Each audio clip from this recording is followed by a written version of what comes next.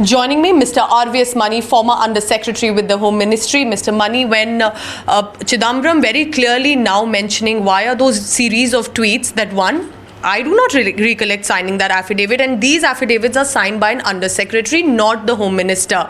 He's trying to put forth his view again. Now what do you have to say, sir? Madam, actually I have been very consistent. Yeah. Chidambaram approved the first affidavit.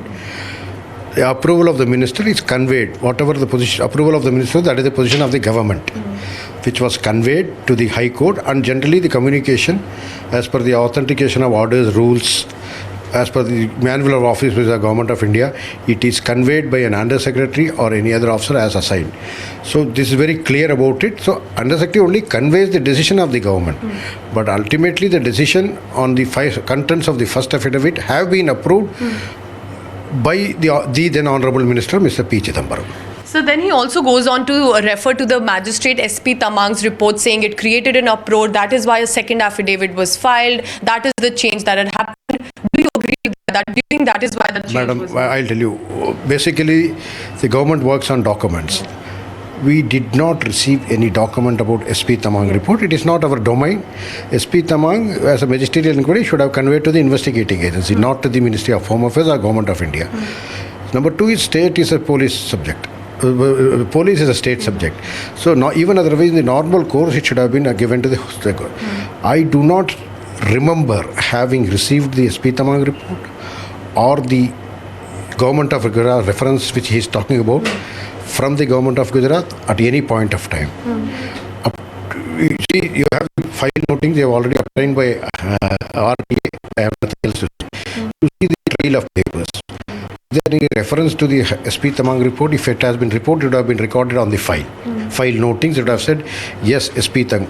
See, up to 18.9, there is a particular position which is going.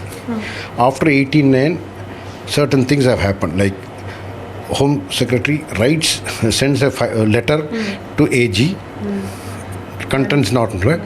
Then later on, the Director Internal Security, who was the job was it to get it delivered to AG's office, he says AG out of station. Then again on 23rd of September, Home Secretary says vetted draft affidavit. Is there any reference to cross-referencing between the receipt of SP Tamang report or the reference from Gujarat High Court in the file notings? No. And that is the basic procedure. If anything has been recorded, any officer, an officer who is well experienced secretary immediately will cross-reference both the ways. So it is absolute falsehood that any report was received.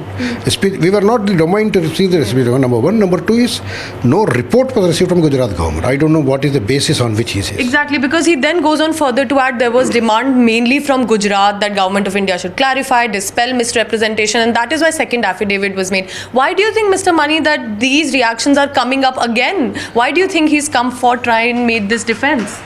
Madam, that is for him to the Honorable Minister to answer. I cannot answer on his behalf. I cannot answer on his behalf. He has said that SP Tamang report, there is no reference to that in the file. I do not know whether he has received it or not. You definitely stand by consistent with your stand you took. I have been consistent since 2009. If there has been any dilly-dallying, any ambivalence, it is on the part of the then Honorable Minister who is coming with different versions at different point of time. So, and this is actually, you people don't know, actually it is causing mental agony to me. I am one person standing for the truth. I have been misquoted. See, repeatedly hammering it. In fact, people may in fact raise questions about my integrity.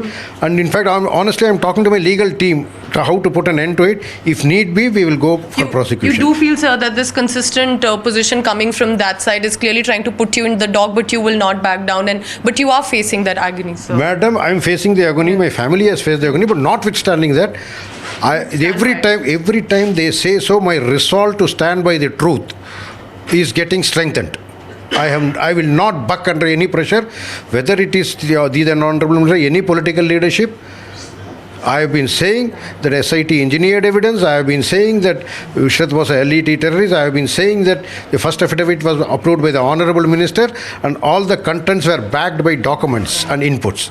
Second affidavit, I do not know what is the basis or documents on which the Honorable Minister drafted the second affidavit. Thank you so much. Thank So clearly, Mr. RVS Mani continues to stand by his comments, even going on further that he's being forced to face that mental agony. But his resolve to stand by truth continues, and stating that there was no report of Magistrate SP Tamang received. It's not his domain, and that it was approved by former Home Minister Mr. P. Chidambaram.